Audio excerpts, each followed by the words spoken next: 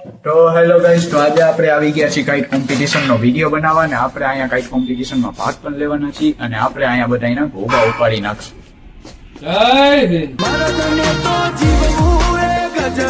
गोबा उपाड़वानी बात न करतो बाकी मोटा भाई लप થઈ જાય.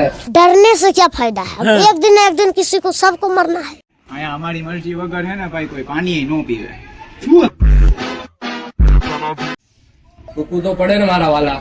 હાલો હાલો, કોમ્પિટિશન ચાલુ થઈ રહી છે. જીપ પણ વિનર રહેશે, એને મળશે કપડા વાળી ટોકરી. હા કપડા વાળી છોકરી. છોડી દેજો સેધાય મારા ઘર.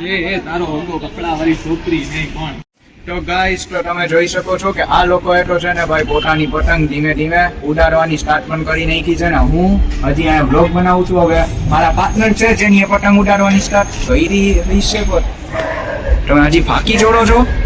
અલે દાદો હજુ પાસા રે કરશો ના સિંહના ચાળા રે. ભાઈ પેલા તો ફાકી ચોરાય પછી બધું થાય હો. આવી દાદો તમે લિમિટમાં હિસાબ આય થશે મિનિટના. ઓહો, આ લોકોની તો પતંગ અત્યારે કપાઈ પણ ગઈ છે. હમણાં આખા ગામની પતંગ કાપી નાખી. કાંઈ ચિંતા કરસ તું. ઘર ભેગું થાને ભાઈ. આ લોકોની પતંગ કપાઈ પણ ગઈ છે અને અમારા ધમાભાઈ એક પતંગ ઉડાડી પણ આવું નાખી છે. ફિરકી વગાડો.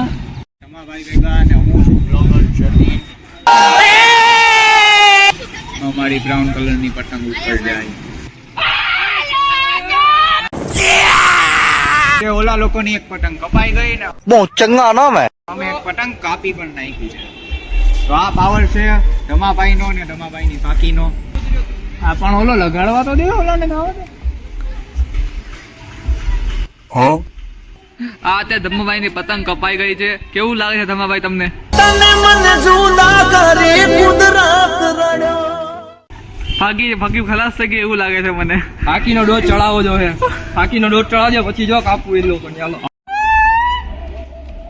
એ સીધી ખડી રે ઝૂલતા મિનારા. પોતાને તો એમાં મોટા 30 માર્કાનું સમજે છે. છોડી દેજો સપના વાદ કરવાના અમારા.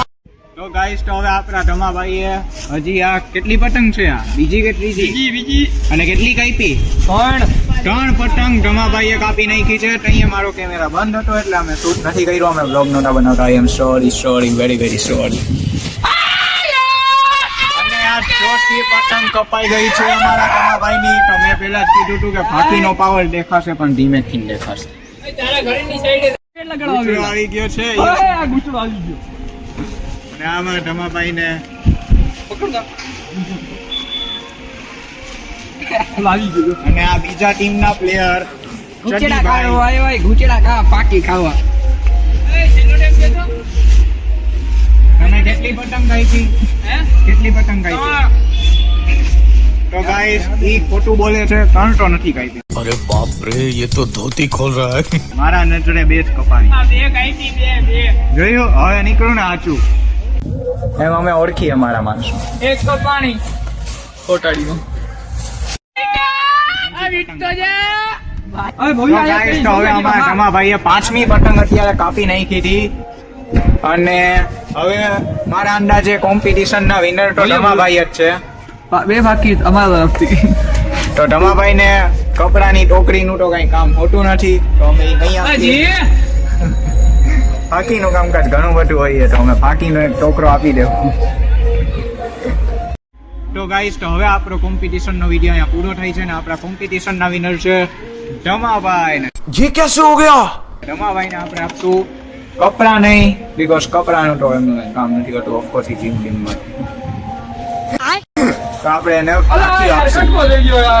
ઓ માય ગોડ, કટકો થઈ ગયો 5મી પતંગ કાપીને. Let's go. તો guys, thank you so much for watching our video. અને અમે આ વિડીયોમાં થોડીક વધારે એક્સ્ટ્રાઓર્ડિનરી મહેનત કરી છે. નોર્મલ બ્લોગની જેમ નથી આ. અને કહ્યું ના, અમે વિડીયો બનાવી છે અરે લખી હતી.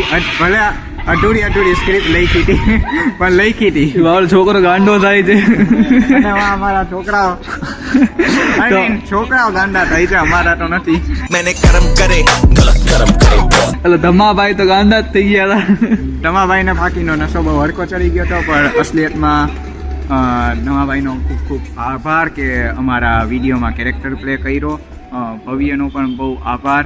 ચડીભાઈ નો પણ ચડીભાઈ નો પણ બહુ hello pre organiser your organiser અને કેમેરામેન અને વિડીયો એડિટર નું પણ બહુ આભાર. Let's go. Thanks for watching. For watching અને આ વિડીયોને સપોર્ટ કરજો. સ્ક્રિપ્ટ થોડી આટી અટુડી લખી હતી પણ અમે લખી હતી.